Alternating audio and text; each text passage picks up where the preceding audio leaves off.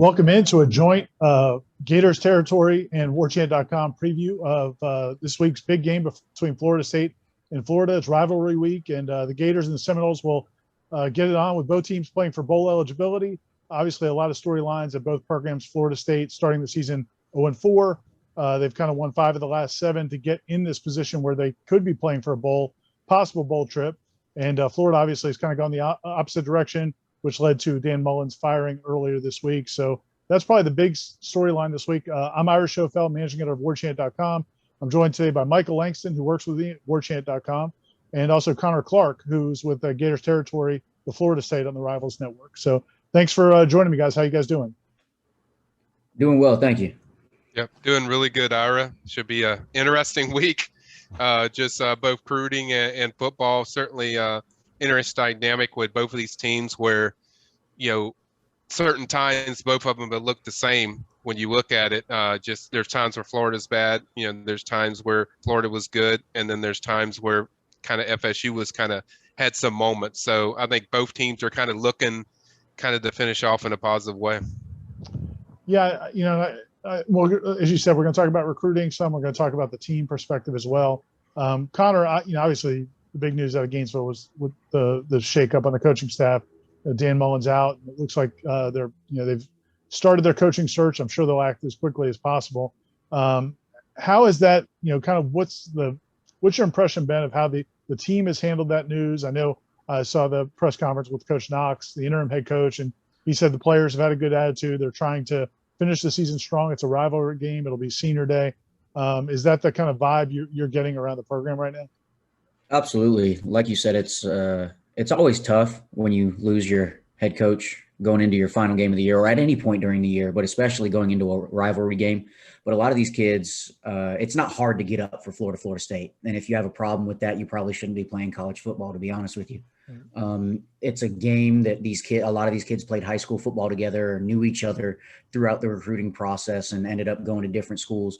So they want to compete and perform well, not just for the coaches, but also to kind of prove a point to those guys on the opposite side of the field. Yeah, I was kind of curious, and here's we'll talk some team stuff. Florida, at one point in the season, it's hard to believe how much has changed over the course of the season. At one moment, they're battling Alabama, number 1 in the country, to a 2-point game, a game they could have won. And then you see some of the losses. And I guess what I've tried to remind some Florida State fans this week is that those guys who played with Alabama are still on that roster. There's still a lot of really good players there. How would you explain what's kind of gone wrong for them this season? And do you feel like this team still has that kind of talent to turn it around quickly? Yeah, absolutely. So like you said, those same guys that competed with Alabama are still on that roster. You look at Dan Mullen specifically in his tenure, not just at Florida, but at Mississippi State. He's always gotten up for those big games, but his teams tend to play down to their competition way too often and lose games inexplicably. And we kind of saw that against schools like Kentucky. They beat a Tennessee team that looks primed to be one of the better teams in the SEC by 2 or 3 touchdowns. Mm-hmm. And now Tennessee's running through the SEC and Florida's losing to the likes of Missouri, giving up 52 points to Samford. So I think more than the Jimmies and Joes, like they like to say, it's been a coaching issue where Dan Mullen game prepped really well for Alabama and then just kind of didn't really show that same enthusiasm, same energy towards prepping for those teams like Kentucky, LSU, and all that, which is part of the reason why I think he's gone. Another part of it's recruiting. We'll get to that later, but it's definitely a team that's still very talented, top to bottom, probably more talented than the Florida State team at this time, and a team that very easily could win this game to get bowl eligible. And I think they could do that just because they see a change and there's kind of a different attitude in the locker room now.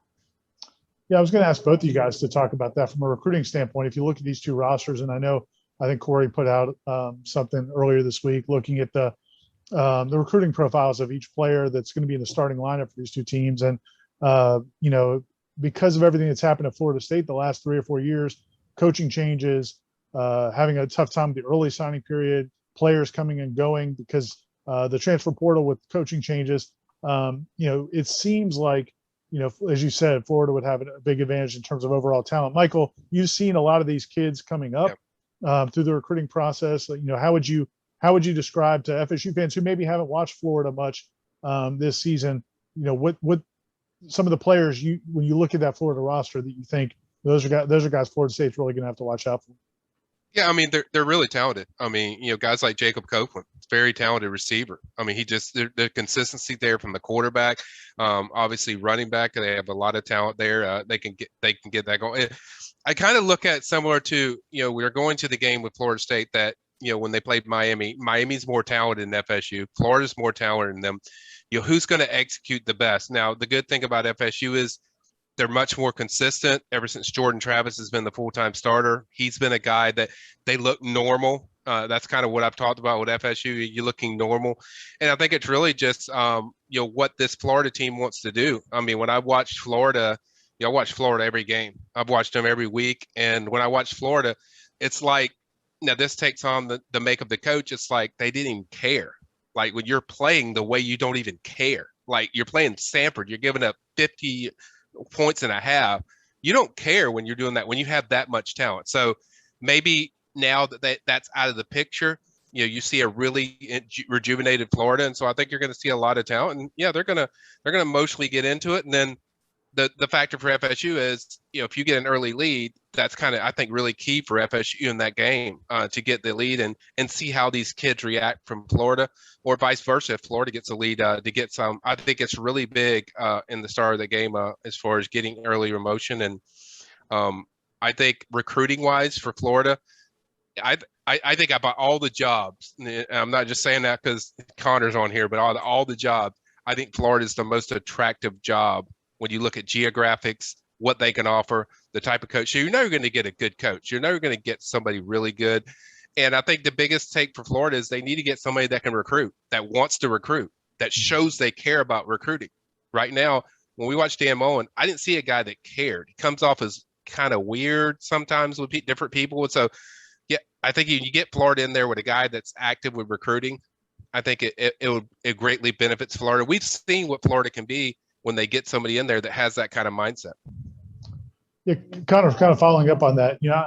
I guess I wasn't shocked to hear Dan Mullen was fired, but I've talked to a lot of friends and people who are casual fans who are, who just think, man, this guy was in the SEC championship game last year. They've had so much success his first few seasons. What was it? Did it feel like a huge surprise in Gainesville to people around the program? And if so, how do you feel like the team is going to be able to handle responding to that? Yeah, so if, like you said, a casual fan, if you're just kind of looking at the record, you're very surprised to see a team that went, what was it, 11-3 year one, 11-2 year two, and then had the 8-1 season started out last year, SEC championship game, and then kind of fell off a cliff at the end of the year. But if you've kind of really watched the program, you've seen the signs from the very beginning with Dan Mullen. You're coming off of, like I said, an 8-1 start to last year, where you have a Heisman Trophy contender at quarterback, right, the highest tight end ever drafted in Kyle Pitts, and then a first-round wide receiver in Kadarius Toney, and he just wasn't able to take advantage on the recruiting trail with that. And that's been the biggest gripe. That, as well as blind loyalty to his assistants, have been the biggest gripe since he's gotten to Gainesville, and he's never done anything about it. And then 2 weeks ago, he fires Todd Grantham and John Hevesy, which, looking back now, seems like a very forced move by someone above him to get rid of those guys. And it was just a case of too little, too late. The snowball had already started rolling downhill, and at that point, it had gotten away from Dan Mullen. So there's not really a shock to anybody that's connected to the program or to anybody that really pays attention.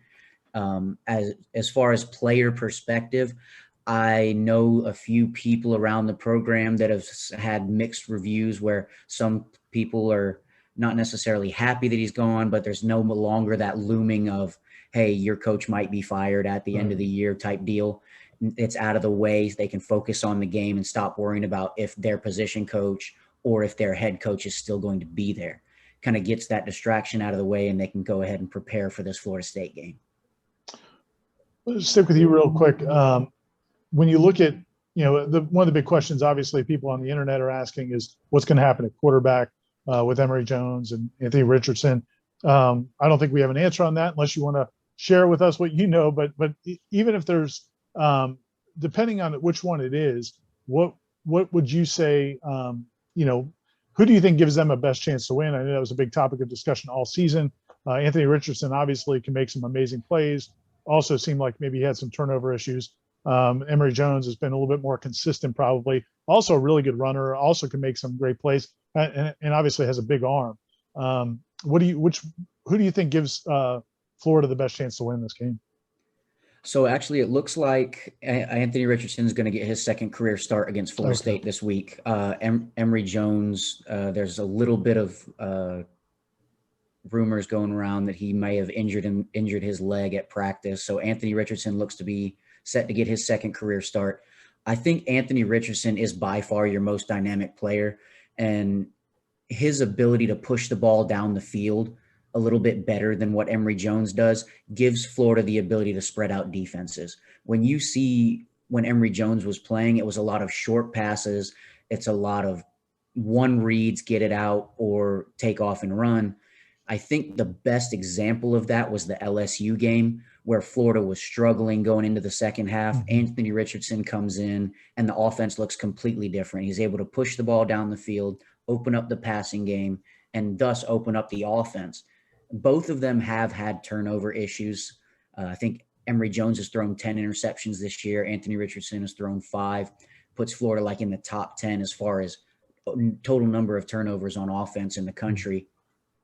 But as far as this week for the Florida State game, I think regardless of if Emory Jones was injured or not, I think Anthony Richardson gives you that best opportunity because you have to be able to spread out the defense. The sideline to sideline is not going to work against a team that's as fast as somebody like Florida State. And though they're not the Florida State defenses of old that I grew up watching, they still have team speed. And that's always going to be something that comes along with a state of Florida school. So you have to be able to push the ball down the field, soften up the defense, and open up some running lanes. Michael, obviously we watch Florida State for a living. And so, Jordan Travis, the way he's played the last 5 or 6 games has been a big upgrade of what they had at quarterback. They've obviously been able to run the ball some of the season. You talked earlier about the need to, maybe get out to a lead if they can early. How do you think Florida State will defend, Anthony Richardson? How do you think they'll handle that Florida offense? Because I think that's going to be the key. I do think Florida State can have some success on offense in this game. Florida's defense has not played very well for much of the season. But what does Florida State defensively need to do against that Florida offense? Well, for some games, they played. I mean, it's no secret. Me and I have seen this. FSU struggles when the play breaks down and the guy runs and takes off running. Quarterback runs. We saw that in the Syracuse game. Few quarterbacks. So I think what they'll do is front four is going to be big with Jermaine Johnson and Kier Thomas. Jermaine's got like 10.5 sacks. Kier's got like 6 and 7. I think this team as general has 26 sacks around there. So I think they're really focused on collapsing things on him, and then the linebackers maybe spying on AR and also just throwing some really confusing packages, kind of what Georgia did in that final just disastrous end of that game half of 2 minutes where they forced him to see stuff that wasn't really there, just forcing him to hurry passes and hurry things. But I think Florida will certainly kind of take the FSU approach where I think they'll run the ball a lot because they know AR running is going to benefit them more than we don't want to put AR in these situations where he has to throw and those pass rushers are coming after him and strip sacks happen. So I think both teams are kind of going to have a similar game plan where I think whoever runs the ball better is going to have the better chance, and whoever doesn't turn over the ball, I think that's really the key. And certainly with Jordan, there's been not that many turnovers. So I think that's really the factor I look at in this game, that whoever doesn't turn the ball over and whoever runs the best, I think is probably going to be the team that probably pulls it out. Well, I wanted to move ahead to recruiting from a recruiting standpoint, Michael. Obviously Florida State's got a pretty, comparatively considering where Florida State is as a program, they have a nice recruiting class coming in. Is Florida State positioned? are there any head-to-head guys that might be impacted by this game, or are there any guys on that Florida commitment list, or the guys that are favoring Florida? Do you think Florida State maybe could make a move for if they win this game and advance to a bowl game? Surprisingly, there's not a lot of really head-to-head battles with Florida. I think Wesley Basante might be there. I think he's a guy that could visit. Certainly Conner can touch on that in a minute, but I think that's a guy. I think certainly, obviously with all the coaching changes, you would think it's FSU Miami, I would think with him, but certainly he's a guy. Obviously on their commit list, you have Jaden Gibson, but he's a legacy. He's a guy that I think's kind of waiting to see who they get. So as long as they like what he has, what coach they hire, he'll probably end up back there. So I think those are really the main ones. But I mean, I know what Connor's going through because I sat in that stadium at FSU when Jacksonville State threw that ball and FSU players just watched them score and most embarrassing loss. So I know what Connor's going through with, what Florida's going through. So it's been, like I said, they've been similar and now with FSU, there's a lot of juice and recruiting momentum from that Miami game, from the follow-up game against BC and finding a way, despite the incredibly astonishing refereeing in that game, FSU found a way. And so there's some momentum with FSU in recruiting. The commits are much more comparable. I think a lot of that was the relationships, FSU staff understanding, like we had kind of what Conner alluded to with Dan Mullen, like, okay, do you care about recruiting? Do you want to show, are you going after these guys? I think FSU did that really well. And that's why they kept so many of these commitments. And they have some momentum going, guys like Kevin Coleman, Julian Armella, Tyree West, all these guys, they could possibly add to their class. I think there's a lot of momentum. And if you can somehow pull off this game, it kind of finishes. I don't think it's devastating if FSU loses because I think kids are going to look at this game like, okay, the game's in the swamp. That's a tough place. Florida's favored. I don't think it's the same way as it was Miami where they had to win that game. That was a game where you just had to get a victory. I think this one, there's momentum to be had, certainly big momentum if you win the state championship. I don't care what Florida or Miami you're at. It's still big to kids when you win that game. So I think it'll help Florida if they win going into whoever the next coach is. And I think with Florida State, it will massively help them if they pull it out. So I think that's kind of the way I look at it. But, man, that momentum was atrocious for recruiting after the Jacksonville State game. I was astonished that they were able to hold on the guys they did. But, FSU ride the ship. And it's kind of like with Florida, you don't have to do that because hey, we're going to hire a really good dude. There's going to be a good dude in there. So you tell these kids when you bring them, Corey Bender had told me they're planning on bringing these kids in back in December. So if you have your coach by then, I think theirs is a much more comfortable situation than what we had to deal with, what I had to deal with Florida State. Conner, so explain to me how Florida got a commitment this week without a head coach. That's a great question. Chris McClellan, Rivals 250 prospect from the state of Oklahoma, has a great relationship with Garrick McGee, the current quarterback's coach and interim offensive coordinator for the Florida State game. But it's mostly about the university. He said it in his interview where he said he spoke to somebody with the program. He's not worried about who they're going to hire. He knows they're going to go out and get a good coach, but he really fell in love with the university, with the fans, and with everything that Florida offers outside of football. So that's the biggest reason that someone miraculously commits without knowing who their head coach or possibly even position coach will be. Michael made the point earlier about Florida and how a good situation it is to recruit. I remember when Coach Bowden was here and Ron Zook was really killing it in recruiting to set up that team that Urban Meyer won the national titles with. And a reporter was asking Coach Bowden about Ron Zook as a recruiter, and Coach Bowden finally said, yeah, I mean, he's a good recruiter, but you could recruit at Florida, he said to the reporter. Where do you see this class? I mean, obviously they're, I think, ranked around 39 now, somewhere in that ballpark. So there's a lot of work to do. What can Florida do when they get a head coach in here, you assume in the coming days? What can they do to salvage this class? Are there guys out there who are maybe just waiting to find out who it is, or is there going to be a lot of work to do? Yeah, so like Michael said, a lot of these guys are going to wait and see who Florida brings in for the coach and then make their assessment based on that. 3 players have already said that they're going to do that, and they're 3 very key players in the recruiting class, and that's quarterback Nick Evers, wide receiver Jaden Gibson, and wide receiver CJ Smith have all said, we're listening to other schools, but we want to see what Florida does first, so we're not decommitting. So whoever gets the job is going to have to come in and right away establish a relationship and kind of keep those kids committed so that the class doesn't completely implode on itself. And then from that point, they have to go try to find a couple of players maybe that they have a previous relationship with at the school that they were already at, or kids that were still considering Florida that maybe kind of backed off a little bit once they heard that Dan Mullen was being fired, go into their living rooms and say, hey, listen, I'm going to do this, this, this, and this. We need you to help build this class along. And the transfer portal is going to be huge for whoever comes in.